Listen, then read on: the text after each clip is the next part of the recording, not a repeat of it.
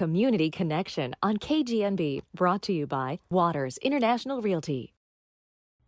This is Paige Green with your Community Connection. We're here with Ryan Kelso, the interim CEO of NBU, and we're going to talk about the diverse water supply.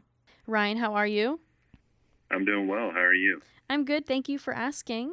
So recently we've had a lack of rain and quite a few hot days, but should New Braunfels residents be concerned about our water supply? That's a great question, and the answer to that question is no, they shouldn't be concerned. NBU over the last couple decades has made efforts to diversify our water resource portfolio. We've added 6 additional supplies to our original supply source, being the Edwards. So we have a total of 7 different supply sources, totaling over 50,000 acre feet per year of water that we're allowed to draw. And just to put that into context, the amount of water that was used in the last calendar year was about just over 15,000 acre feet. And so we have plenty of water to handle the current demands and future growth projected out at least through the 2060 decade. I have also read that the Edwards Aquifer is only 18% of the water supply that we use in New Braunfels. Where does most of that water supply actually come from? Is it from one of the other 6 sources? Yes, the majority of our supplies are from the GBRA Canyon Reservoir supply. So that's surface water that is stored in Canyon Reservoir that we have contracts for. And so that is where the majority of NBU's contracted supplies come from. Since we have these other sources and everyone may not know this, is this why we are still in a stage 2 for drought restrictions, given that we haven't had rain and we've had low water levels? That is correct. So historically, NBU has utilized what are called the critical period management rules that were established by the Edwards Aquifer Authority for managing our stage triggers. And we have, since we've diversified our supply sources, we've pivoted off of that now, and we're looking at a broader picture to make decisions on when to call stages. Because we've diversified our supply sources, we don't depend as much on the Edwards, and we're able to meet our critical period management reduction requirements without having to go to a more strict stage than stage 2. And what that means, critical period management rules essentially require any permitted Edwards user to reduce their withdrawals from the Edwards Aquifer by a certain percentage based on the level of the Edwards J17 well. So stage 1 is triggered at 660, stage 2 at 650, and stage 3 at 640. And there are corresponding percentage reduction requirements for each of those stage thresholds. We're currently in stage 4, which means the aquifer is below 630 feet, and that requires a reduction to the tune of around 40% of our Edwards permit. But like I said, because we've diversified our supply portfolio, we're able to keep the demands in our system with other supplies instead of Edwards water, while still meeting those reduction requirements while staying in stage 2. This is kind of a broad question, Ryan, but do you know kind of the point in time when we started to diversify our water supply, or when we shifted from primarily Edwards Aquifer? Yes, in the early 90s, NBU became the first Edwards Aquifer permit holder to diversify their supplies to include surface water.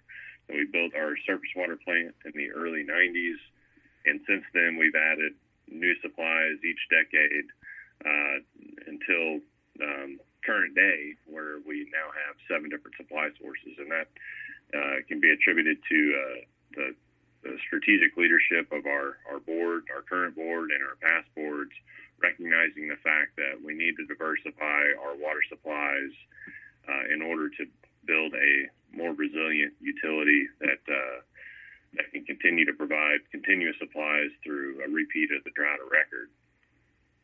from kicking that off in the early 90s, have we started to trend towards conservation? What's kind of the time frame that these water supplies will last? So NBU is very focused on conservation and stewardship of our resources. And it's important that we accomplish certain conservation goals in order to make these supplies last longer for the community.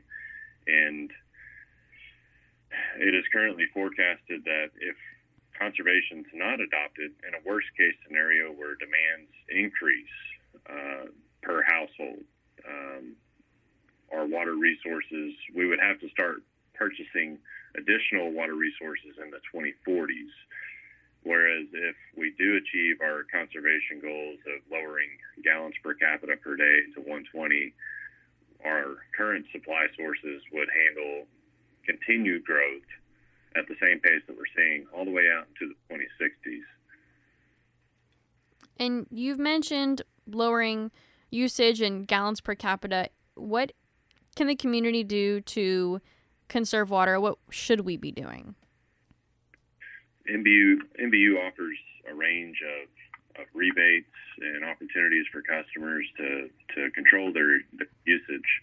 And I would just encourage them to contact our conservation team, get on the website and explore what rebates would be applicable to them, whether that be installing drought-tolerant landscape, removing irrigation zones, removing sod. There are lots of different ways that folks can reduce their water demands and their water usage on a monthly basis and get compensated for it from NBU. And kind of another general question, Ryan, why is our diverse water supply or conserving water important for the community? It's important for the community because it's a necessity for life, and a diverse water supply really means a resilient water supply. And with the recurrence of natural disasters happening at a more frequent pace these days, we've got to have a resilient water supply portfolio so that if any one of these supply sources goes offline or becomes unavailable because of either drought or contamination or something to that effect, we're able to leverage other supplies within our portfolio. Instead of just relying on a single source, we spread the risk by having multiple sources. So it means you wake up every morning and you turn on the tap and the water's there. And that's our goal, that we're able to provide uninterrupted supply to our customers now and into the future. Ryan Kelso, the interim CEO of NBU. Do you have anything, Ryan, to add about NBU and the diverse water supply in the community? I'm proud of what NBU has done over the last many decades to diversify our supply portfolio, and I'm proud of the current efforts that we're making in conservation, specifically in the area of One Water. We recently held a press conference and announced the initiation of our One Water agreement with the City of New Braunfels and GBRA, two great partners that we're working with to change the paradigm by which we do water planning.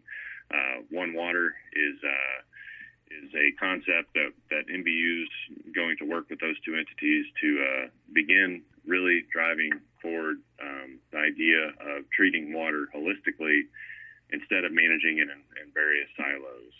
And folks can learn more by getting on our website. There's currently a logo contest out there. If folks are artists and care to contribute to that contest, they can find that on our website as well.